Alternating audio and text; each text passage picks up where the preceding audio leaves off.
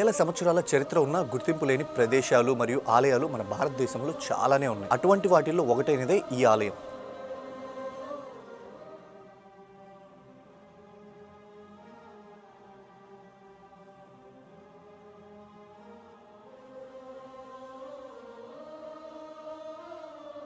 And ఇది తిరుపతికి అతి సమీపంలో రేణిగుంట మండలం మరియు గుడిమల్లం అనే గ్రామంలో ఉంటుంది పరశురామేశ్వర ఆలయం.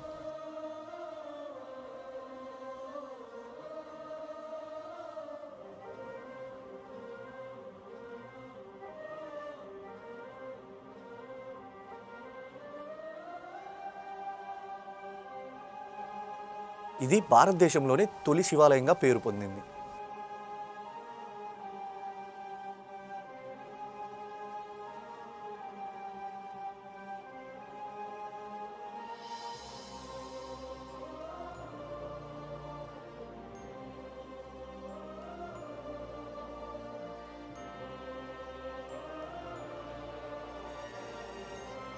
క్రీస్తు శకం 2 నుంచి 3వ దశాబ్దాల కాలాల మధ్యలో ఈ ఆలయాన్ని నిర్మించి ఉంటారని పురావస్తువారి అంచనా.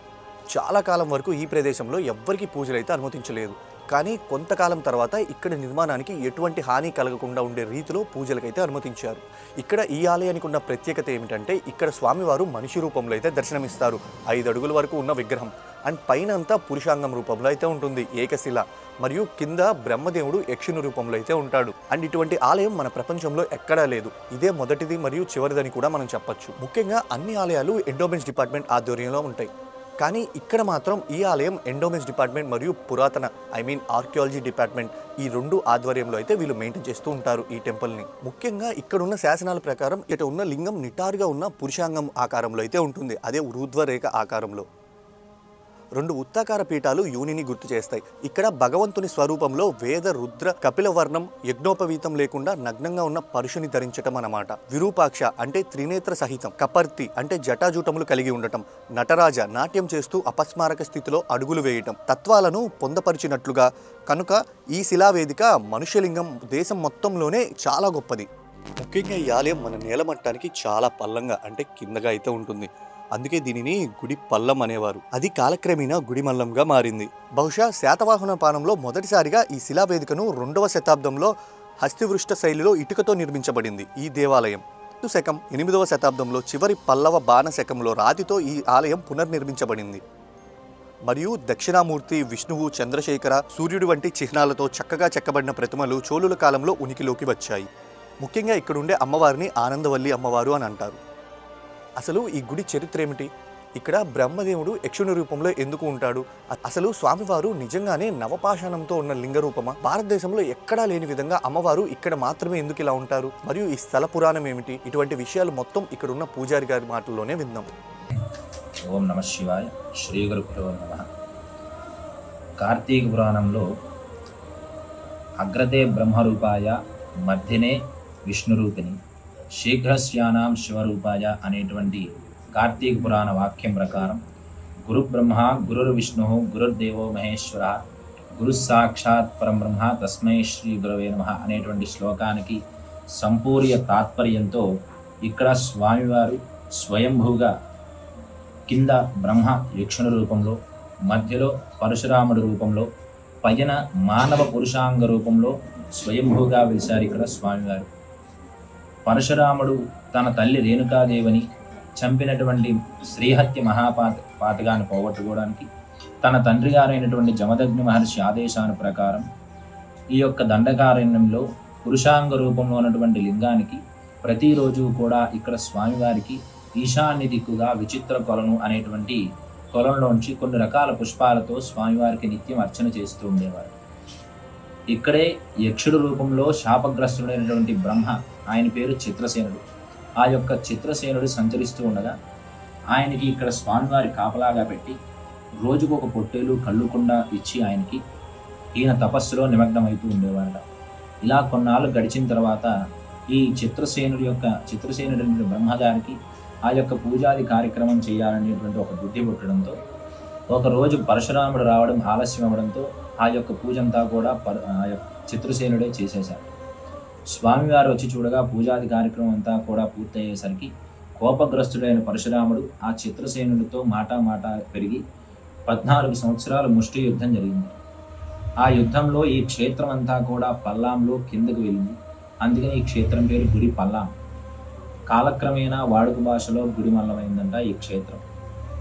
ఆ యొక్క బాధను తట్టుకోలేనటువంటి చిత్రసేనుడు పరమేశ్వరుడిని ప్రార్థించగా పరమేశ్వరుడు ప్రత్యక్షమై వాళ్ళిద్దరినీ కూడా ఆయనలోకి లీనం చేసుకున్నారు. పరశురాముడు ఈశ్వరుడు ఇద్దరు కలిసి ఉన్నారు కాబట్టి ఈ క్షేత్రం పరశురామేశ్వర స్వామి క్షేత్రం. ఇక్కడ అమ్మవారి పేరు ఆనందవల్లి దేవి. స్వామివారి ఆలయం కిందకుంటుంది. అలాగే లోపల గర్భాలయాన్ని చూసిన, గుడి బయట ఉన్నటువంటి గోపురాన్ని చూసిన గజపృష్ఠ ఆకారాన్ని పోలి ఉంటుంది. అంటే ఏనుగు పడుకున్నప్పుడు తన యొక్క వెనక భాగం ఎలా అయితే ఉంటుందో ఆ యొక్క రూపంలో ఉంటుంది ఇక్కడ స్వామివారి దేవాలయం. ప్రతి 60 సంవత్సరాలకి ఒక్కసారి శ్రీకాళహస్తి క్షేత్రం స్వర్ణముఖి నది అంతర్వాహినిగా అంటే భూమార్గం గుండా వచ్చి స్వామివారికి పాదాల వరకు అభిషేకం చేసుకుని అంతర్ధానం అవుతుంది. ఇలా 60 సంవత్సరాలకు ఒకసారి జరుగుతుంది. ప్రతి సంవత్సరము ఉత్తరాయణం దక్షిణాయన పుణ్యకాలంలో జూలై మాసంలో నంది వెనకాలన్నటువంటి కిటికీలోంచి స్వామివారి మీదకి నేరుగా సూర్యకిరణాలు పట్టడం అనేటువంటిది అయితే జరుగుతుంది. స్వామివారు కూడా ఇక్కడ నవపాషాణలింగం అంటే 9 రకాల ఆరోగ్యకరమైనటువంటి విష పదార్థాలతో స్వయంభూగా వెలిసినటువంటి లింగం అన్నమాట. అమ్మవారి పేరు ఆనందవల్లీదేవి. లలితా సహస్రనామంలో ఆనందదాయిని అనేటువంటి వాక్యానికి అనుసంధానంగా ఇక్కడ అమ్మవారు ఆనందవల్లీదేవిగా వెలిశారు. ఆ యొక్క త్రిమూర్తుల ముగ్గురిని చూసిన పార్వతీదేవి ఒకటే స్వరూపంలో తన్మయత్వంతో తనను తాను మరిచిపోయి ఎంతో సంతోషభరితంగా ఈ క్షేత్రానికి వచ్చారు. ఆ ముగ్గురు మూర్తులు కూడా అమ్మవారికి వరం ప్రసాదించి ఇక్కడే ఆనందవల్లీదేవిగా వెలిసి భక్తులను సాక్షాత్కరించని చెప్పారట. అప్పటి నుండి ఇక్కడ అమ్మవారు ఆనందవల్లీదేవిగా వెలిసి పూజలు అందుకుంటూ ఉన్నారు. అమ్మవారు ముఖారవిందం చూస్తే చిరుమందహాసంగా ఉంటారు. అంటే నవ్వుతూ మనకి ఇక్కడ దర్శనమిస్తారు. భారతదేశంలో మనం ఏ అమ్మవారి క్షేత్రానికి వెళ్ళినా సరే చేతిలో ఆయుధాలతో చూస్తూ ఉంటాం. కానీ ఇక్కడ అమ్మవారు మనకి అభయహస్తాలతో దర్శనమిస్తూ ఉంటారన్నమాట. సింహం మీద కూర్చుని లేదా పులి మీద కూర్చుని ఉంటారు. కానీ ఇక్కడ అమ్మవారు శ్రీపీఠం మీద నుంచుని ఉంటారు. ఆ యొక్క శ్రీపీఠం మీద శాంతి స్వరూపిణిగా కనిపించేటువంటి భారతదేశంలో ఏకైక దేవాలయం ఇక్కడ అమ్మవారు ఆనందవల్లీదేవి. మనం ఎంత పెద్ద కోరిక కోరుకున్నా సరే ఖచ్చితంగా అమ్మవారు సకాలం నెరవేరుస్తారు.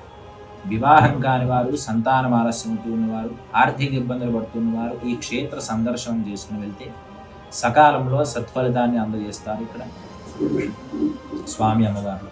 అలాగే అమ్మవారి దగ్గర ముఖ్యంగా స్త్రీలకు ఏదైనా ఆరోగ్యరీత్యా సమస్యలున్నా, అమ్మవారి ప్రెగ్నెన్సీ టైంలో అమ్మాయికి ఏదైనా ఇబ్బందిగా ఉన్నా అమ్మవారి సందర్శనం చేసుకునేంత అమ్మాయికి నార్మల్ డెలివరీ అవుతుందని ఇక్కడ స్థలం రాను.